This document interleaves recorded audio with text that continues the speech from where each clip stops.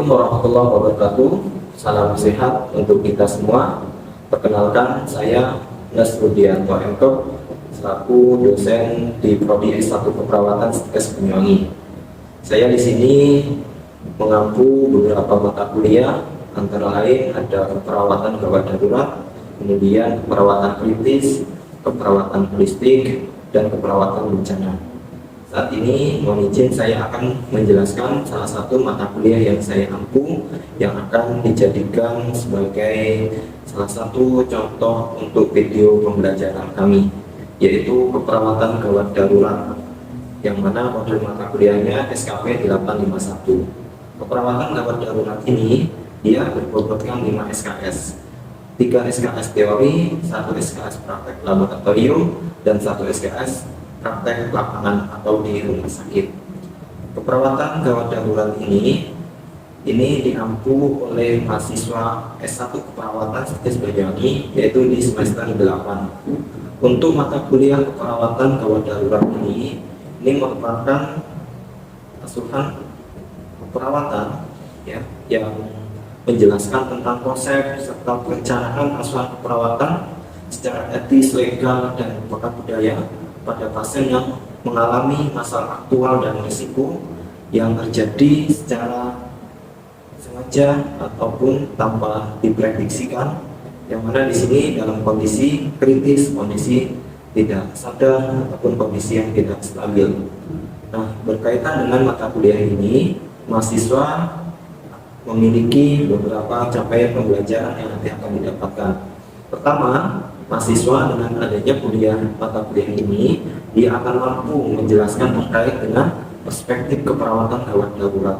Lalu kemudian mahasiswa diharapkan nanti mampu untuk mengetahui tren dan isu dan juga beberapa sumber evidence practice terkait dengan perawatan gawat darurat. Lalu kemudian capaian berikutnya, mahasiswa diharapkan nanti mampu untuk melakukan dan memahami terkait dengan primary dan secondary survei, pengajian primer dan pengajian sekunder dalam keperawatan gawat darurat. Lalu kemudian mahasiswa diharapkan nanti mampu untuk memahami dan mempraktekkan beberapa konsep asuhan keperawatan gawat darurat di multisistem. Kemudian yang terakhir terkait dengan cakupan yang nanti didapatkan mahasiswa dengan adanya mata kuliah ini, yaitu mahasiswa mampu mempraktekkan dan melakukan beberapa skill keperawatan gawat darurat. Terkait dengan proses pembelajaran, penyampaian materi yang ada di keperawatan gawat darurat ini, yaitu secara tatap muka secara langsung, yaitu dengan diskusi dan tanya jawab. Kemudian juga ada proses diskusi mahasiswa atau SGD, dan juga ada seminar, kemudian ada praktik dan demonstrasi yang dilakukan di kelas dan juga di laboratorium. Lalu kemudian juga ada praktek yang dilakukan di rumah sakit, yaitu dengan kasus secara langsung pada pasien. Lalu kemudian terkait dengan evaluasi yang dilakukan terhadap capaian yang didapatkan mahasiswa, ini ada 3 kategori, yaitu penilaian kognitif, ada penilaian afektif, dan penilaian psikomotor. Terkait dengan penilaian kognitif dalam mata kuliah ini, yaitu ada 3 indikator. Pertama adalah ada UAS, ujian akhir semester, kemudian ada tugas dan seminar, kemudian ada kuis atau SGD. Nah, terkait dengan kognitif ini memiliki bobot 65%. Sedangkan untuk item yang kedua, yaitu penilaian afektif dengan bobot 15%, dengan indikatornya ada kedisiplinan, kemudian kehadiran, dan juga menghargai orang lain, dan masing-masing memiliki bobot 40% untuk kehadiran, 30% untuk kedisiplinan, dan 30% untuk menghargai orang lain. Sedangkan untuk penilaian psikomotor ini berbobot secara keseluruhan adalah 20%, yang mana di situ ada penilaian dari skill lab yang didapatkan dari ujian USC dari mahasiswa. Kemudian untuk yang kedua indikatornya yaitu dari nilai praktek klinik yang ada di lapangan, masing-masing 50%. Baik, demikian untuk penjelasan dari silabus ini. Mari kita saksikan sekilas cuplikan proses pembelajaran yang kami lakukan di dalam laboratorium. Assalamualaikum warahmatullahi wabarakatuh. Waalaikumsalam warahmatullahi wabarakatuh. Oke, selamat pagi anak-anakku semua, adik-adik. Pagi. Kabarnya pada pagi hari ini? Alhamdulillah sehat. semangat selalu. Oke. Nah, berdasarkan dari kontrak perkuliahan sebelumnya, bahwa hari ini schedule kita untuk praktikum, yaitu praktik tentang tindakan apa GB? Oke, kemarin terkait dengan RGP. RGP untuk apa sih? Ada yang masih ingat?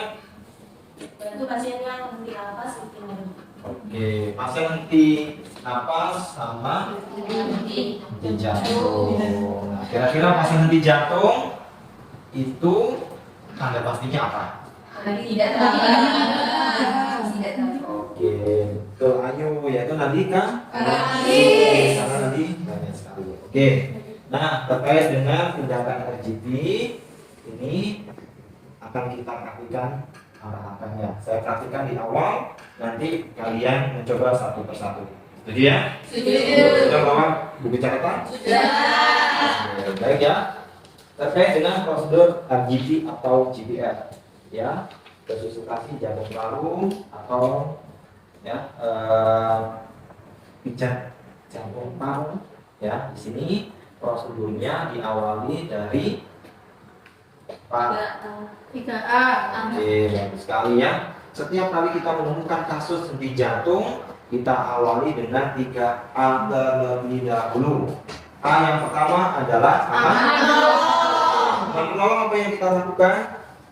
Pakai minimal PD, ya. Kalau pada tindakan RGP ini minimal kita pakai Oke, ya. Baik, terkait dengan tindakan RGP. RGP ini dilakukan ya untuk tahapan awal apabila kita menemukan kasus henti jantung sama henti nafas atau pasien tidak sadarkan diri di setting lapangan ataupun di setting rumah sakit, ya. Hal yang pertama yang kita lakukan adalah 3A, ya. Hal yang pertama adalah aman.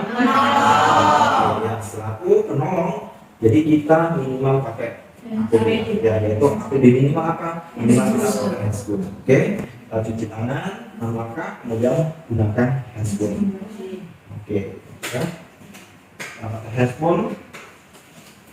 Lalu kemudian setelah aman penolong, kemudian dipastikan lagi yaitu aman lingkungan. Aman lingkungan di sini kalau di lapangan kita pastikan tidak ada risiko atau ancaman kebakaran, runtuhan kalau terjadi dan memungkinkan pasien bisa kita amankan atau kita taruh di tempat yang aman. Lalu kemudian aman yang ketiga adalah aman pasien. Berarti tindakan kita harus benar dan tepat. Oke. Lalu kemudian setelah kita 3A, kita lanjutkan untuk melakukan cek respon. Oke, cek respon dengan cara menepuk bahu pada pasien. Lakukan dengan gentle tapi dengan kehati-hatian. Tidak boleh terlalu keras karena dikhawatirkan pasien cedera semakin memperparah kondisi pasien. Kita tepuk bahu pada pasien. Apa seperti itu?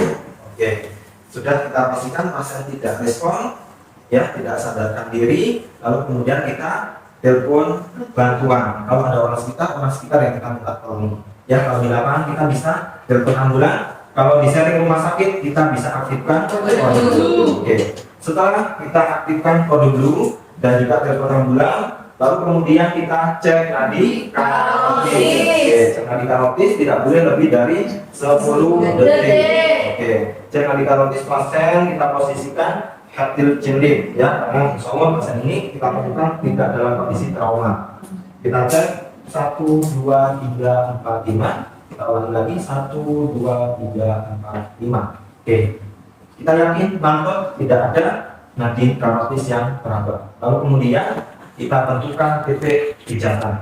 Ya, untuk titik pijatan kita tetapkan di mana? Yang tahu? Oke, tapi kita bisa melakukan penyusuran tulang iga, ya, tulang iga yang paling bawah kita susuri, kemudian sampai ketemu di ujung dari tulang sternum, kemudian kita taruh 2 jari, kita letakkan dalam kita, atau kita ukur tulang sternumnya, kita lihat seperti ini. Oke, ya, oke, karena di sini standarnya adalah posisi kita harus ya 90 derajat, tumpuannya adalah di bahu kita. Maka kalau dia di atas bed, berarti kita harus butuh pakai ini, ya, tanda ya untuk bisa kita posisi ideal. Itu yang harus kita perhatikan. Oke, ya, kita buka berarti pasien, ya, kemudian kita ukur sepertiga bawahnya atau kita susun di tulang iganya sampai di ujung sternum, 2 jari kita letakkan, ya, kanan dan kiri tidak ada masalah, yang mana yang kanan dan kiri tidak masalah, ya, yang penting kemudian kita uji. Untuk kompresi, ya, untuk kompresi ini kita lakukan 30 banding 30 kompresi, 2 ventilasi. Oke, keren sekali kalian, ya. Oke, kita coba lakukan kompresi. Nah, sebelum kompresi saya ingin bertanya dulu. Masih ingat nggak RGB berkualitas itu ada apa aja? Kedalamannya Pak. Kedalamannya. Kedalaman pijat. Oke, kedalamannya berapa?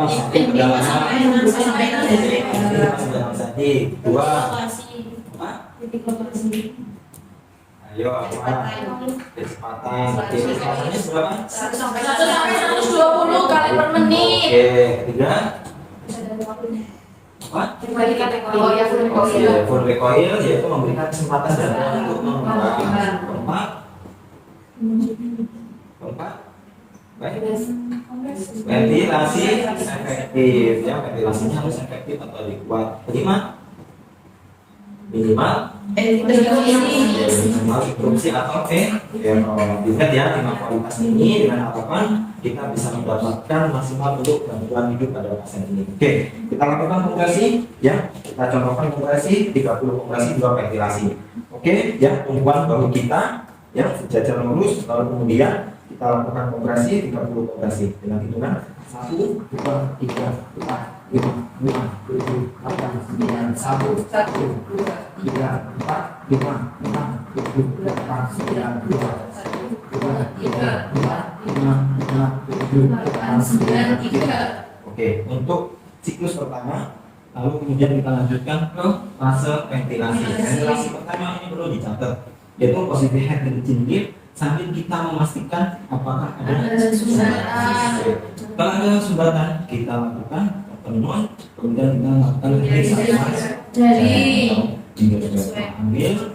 Setelah kompresi kita lakukan ventilasi, jadi dilakukan secara simultan, ya, yaitu melakukan posisi head to chin, kemudian kita pastikan tidak ada sumbatan. Kalau ada benda asing, ya, seperti cilot, pelan apapun, ya, ini kita ambil, ya, dengan menggunakan nah, kemudian jika sudah aman, tidak ada sumbatan jalan nafas, baru kemudian kita berikan 2 ventilasi.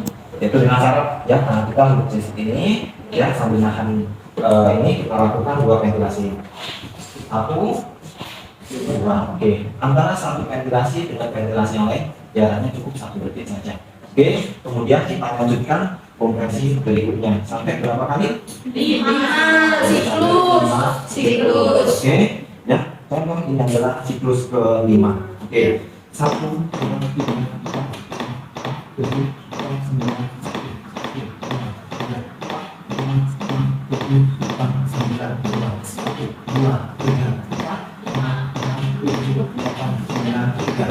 Oke, kemudian lanjut ventilasi. Oke, setelah siklus ke-5 diakhiri dari ventilasi yang ke-5 juga, kemudian kita lakukan evaluasi. Apa yang kita evaluasi? Rotis dan nafas. Oke, cek medika rotis, ya, dan kita cek medika rotis sambil kita lakukan lihat rasakan ada Oke. Nanti kalau rotis teraba, kemudian tapi nafasnya nggak ada. Apa yang kita asumsikan? Bukan rescue breathing. Sebelumnya kita asumsikan pasien mengalami kalau nanti nggak teraba, apa yang kita lakukan? RGB. Sampai kapan RGB dilakukan? Sampai harusnya teraba dan juga dalam emergency. Yang lakukan terus ada Yang ada tanda-tanda kita sebagai perawat biasa ada perawat overflow, jadi kita yang malah, ya, kita yang lebih lengkap perawatnya, yang lebih extra gitu. Kemudian yaitu Oke,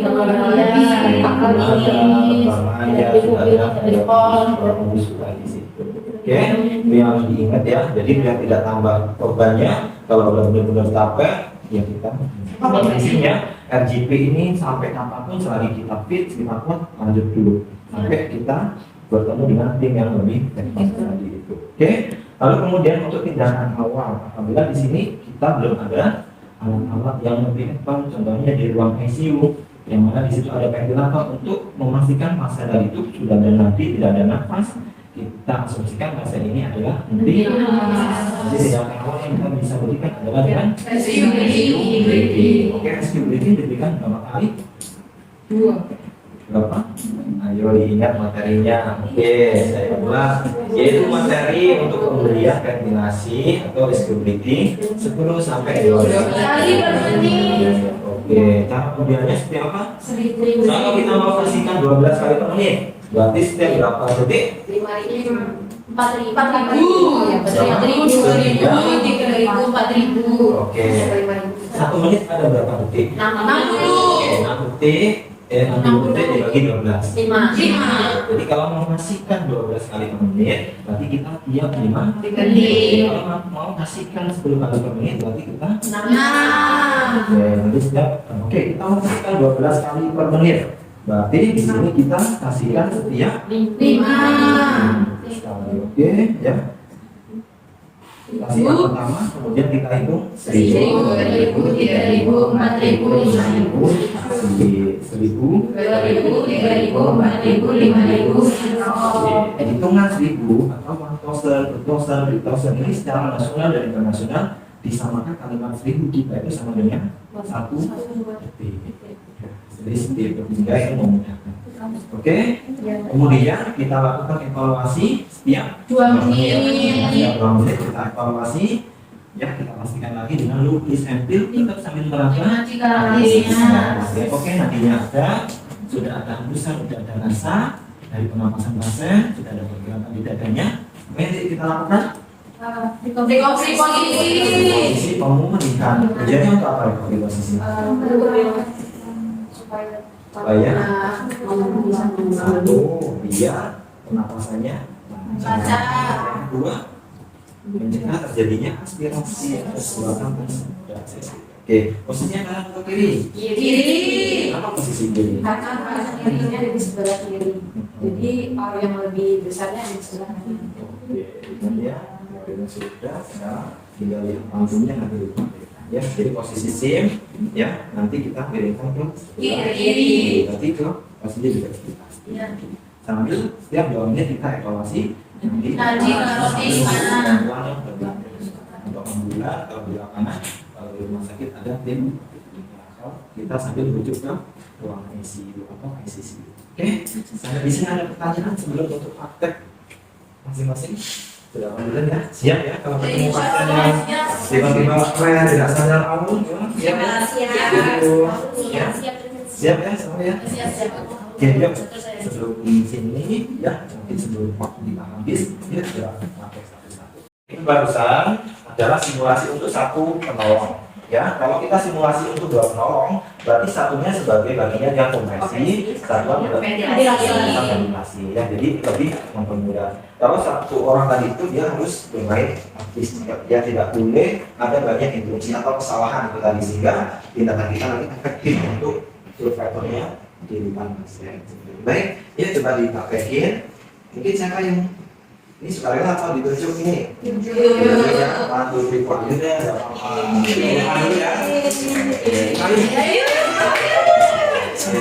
Ya, jadi yang namanya praktek itu bukan untuk didengerin, dilihatin aja, tapi orang kerja itu harus memakai. Ya, nggak apa masalah di sini, yang penting nanti di kerja harapannya bisa pakai. Ya, tapi nanti kalau saat kerja di rumah sakit, semua udah siap ya? Oke. Ya, silakan, ayo sambil kita dapat ini.